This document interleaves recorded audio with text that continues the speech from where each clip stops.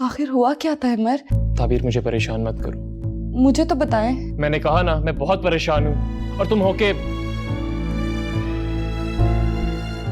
अमर, तुम्हारा मसला क्या है? हाँ, तुम्हें समझ नहीं आ रही मेरी बात की? मुझे मजीद तंग मत करो तुम।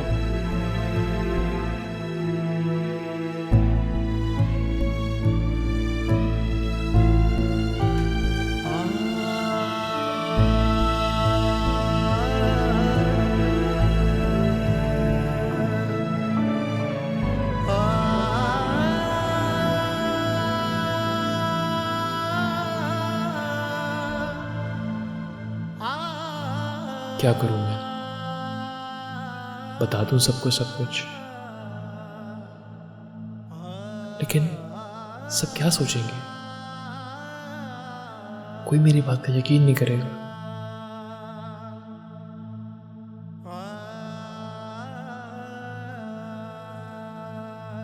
नहीं नहीं, मुझे बता देना चाहिए।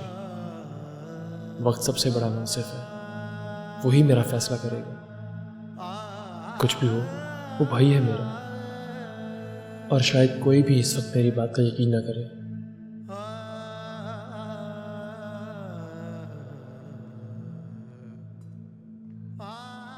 ताबीर, मम्मी।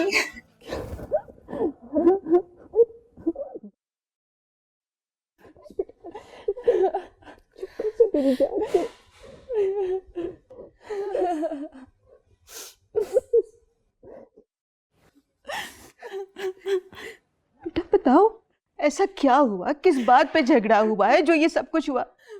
आप ही प्लीज चुप कर जाएं। अम्मी कुछ पूछ रही हैं आपसे।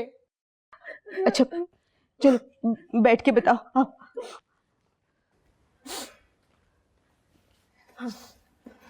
बोलो क्या हुआ था? बस अम्मी, हम नाश्ते के लिए जा रहे थे। फहद ने अचानक अहमर को अपने कमरे में बुलाया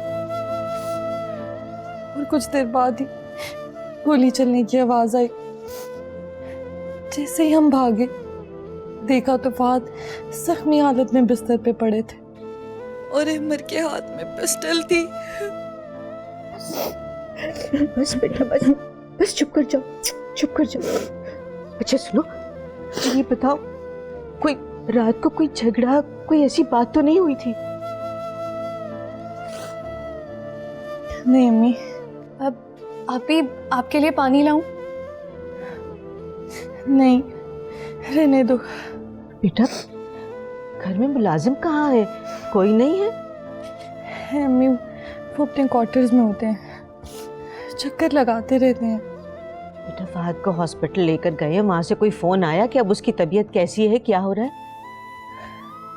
नहीं अम्मी, और वैसे भी उनके पास तो मेरा नंबर भी नहीं होगा। शायद घर के नंबर पर फोन कर लें।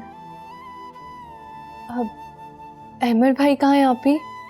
हाँ बेटा, अहमर किधर है? वो मेरा ख्याल ऊपर है। अहमर उनके साथ हॉस्पिटल नहीं गया? अच्छा, तुम्हारी बात हुई अहमर के साथ कि वाकया क्या हुआ है, असल में किस बात पे झगड़ा हुआ है? कोशिश की थी अम्मी, मगर तो मुझे ही डांट कर चले गए। क्यों आप ही? आपने क्या किया है? बड़े ही अजीब लोग हैं वैसे। तुम तो चुप करो। मम्मी, आप चले हमारे साथ, आपको यहाँ नहीं रहना चाहिए। अरे पागल हो गई हो? इतना बड़ा वाकया हो गया है घर में, और ये उठ के हमारे साथ घर चली जाए? ये पहला दिन है इसका ससुराल में। बड़ा अच्छा दिन है। अबीर कुछ तो ख्याल करो, दीवारों के भी कान होते हैं। पागल कहीं की। चुप बेटा बस।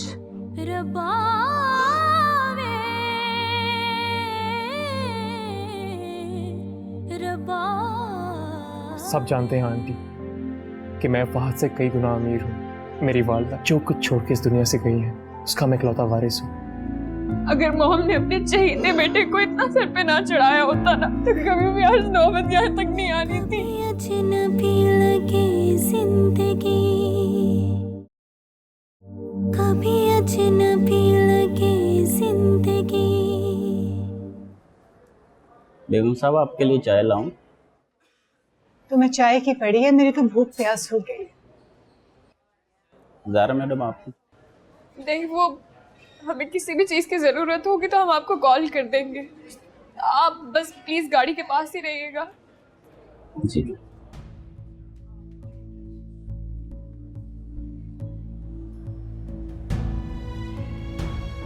कैसे है फहद? क्या हुआ क्या? आखिर ऐसा क्या झगड़ा हो गया कि बात फायरिंग तक जा पहुंची? मुझे तो यकीन ही नहीं आ रहा, ये सब हो क्या गया है? अगर मोहम ने अपने चहीते बेटे को इतना सिर पे ना चढ़ाया होता ना, तो कभी भी आज नौबत यहाँ तक नहीं आनी थी। कैसी बातें कर रही हो ज़ारा? तुम्हें फहद का पता नहीं है? उसने कभी बिजनेस मैटर्स में इंटरेस्ट शो ही नहीं किया। अगर मैं फहद की तरफ से मायूस ना होती तो मैं कभी भी अहमर को ये चांस ना देती कि वो सब चीजें अपने हाथ में ले। चले अब इस बहस को छोड़ें, ये सब तो चलता रहेगा। अब हम सिर्फ फहद की सेहत के बारे में दुआ करें। मोहम, मुझे तो कुछ समझ में नहीं आ रहा। फहद बच तो जाएगा ना? अल्लाह ना करे कुछ ऐसा हो। ऐसे बुरे अल्फाज मुंह से क्यों निकालती हो? कब तक चलेगा ऑपरेशन? कितनी देर हो गई है? अभी तो हमें अंदर जाना अलाउड नहीं है और ना ही डॉक्टर्स हमें कुछ बता रहे। हौसला करो रुबाब, इंशाल्लाह सब ठीक हो जाएगा।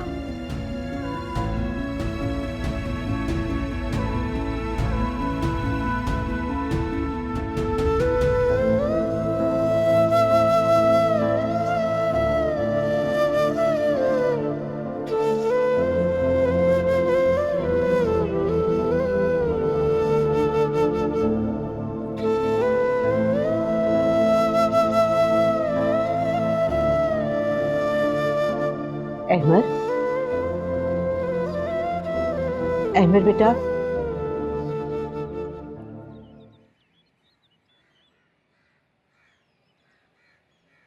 अस्सलाम वालेकुम आंटी। वालेकुम सलाम बेटा। बेटा ये सब कैसे हो गया? क्या तुम दोनों भाइयों के बीच में नाराजगी थी?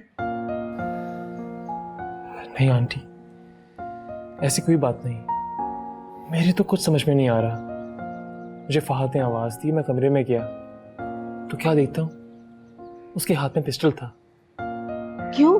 किसका था वो पिस्टल? मेरा था आंटी, लाइसेंस है उसका मेरे नाम पे। तो उसके पास कैसे आया? मैंने रखा था आंटी, कभी ज़मीनों पे जाते हुए इसको अपने साथ लेके जाता था। काफ़ी टाइम से इसकी ज़रूरत नहीं पड़ी। फहद ने मुझसे पूछा यहाँ क्यों है, मैंने उसके हाथ से पिस्टल ले लिया। पिस्टल अक्सर खाली होता था, मैंने उससे लेके ऐसी चला दी और पता नहीं कैसे फहद ने अपना रुख चेंज किया और वो मेरे सामने आ गया। मेरी कुछ समझ में नहीं आ रहा। तो बेटा जब पिस्टल खाली था तो उसमें गोलियां कहाँ से आ गई? मुझे नहीं पता आंटी, कभी चलाने की जरूरत ही नहीं पड़ी और गोलियां हमेशा अलग से अलमारी में पड़ी होती थी। और मैं दानिस्ता ऐसा क्यों करूंगा? वो भाई है मेरा। बेटा तुम्हारी इस बात का कौन यकीन करेगा? आप बताएं आंटी, मैं कैसे यकीन दिलाऊं? यही सच है। बेटा अल्लाह ही तुम्हारे हक में गवाही दिलवाएगा फहद की जान बच जाने की सूरत में। मेरी बेटी का तो आज पहला दिन है यहाँ, लोग उस पर उंगलियां उठाएंगे। नहीं आंटी, लोग इस पर उंगलियां क्यों उठाएंगे? तबीर का इससे क्या ताल्लुक?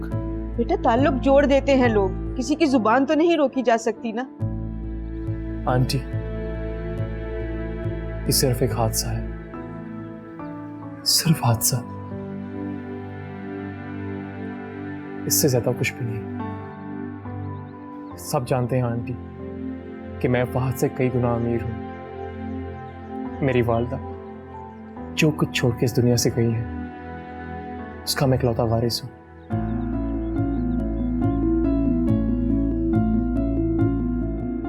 ये तुम क्या कह रहे हो? जी आंटी, मेरी माँ मेरी सगी माँ नहीं है, लेकिन मैंने हमेशा उन्हें अपनी सगी माँ से बढ़कर प्यार किया है। अजनबी लगे जिंदगी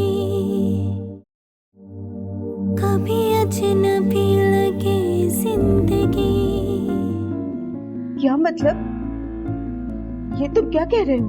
जी आंटी, मेरी माँ मेरी सगी माँ नहीं है, लेकिन मैंने हमेशा उन्हें अपनी सगी माँ से बढ़कर प्यार किया है। तुमने ये बात हमें पहले क्यों नहीं बताई? उसकी कोई जरूरत नहीं थी आंटी। मेरे बचपन में ही मेरी वालदा का इंतकाल हो गया और मेरी अम्मी ने मेरी परवरिश की। मेरे होश संभालने के बाद मैंने तो अपनी माँ को देखा भी नहीं। मेरे वालिद साहब ने महज मेरी परवरिश के लिए दूसरी शादी की थी। मेरी माँ एक बहुत बड़ी फैमिली से थी और इकलौती भी थी। उनकी तमाम प्रॉपर्टी मेरे डैड की प्रॉपर्टी के मुकाबले 10 गुना ज़्यादा थी। मुझे फहद से कभी कोई मसला नहीं था, ना कोई लालच। आंटी, आप मेरा यकीन करें, ये महज एक हादसा है, सिर्फ एक हादसा। पता नहीं फहद किस हाल में होगा। मेरी दुआ है कि वो जल्दी से ठीक हो जाए ताकि सबको असल कहानी बता सके।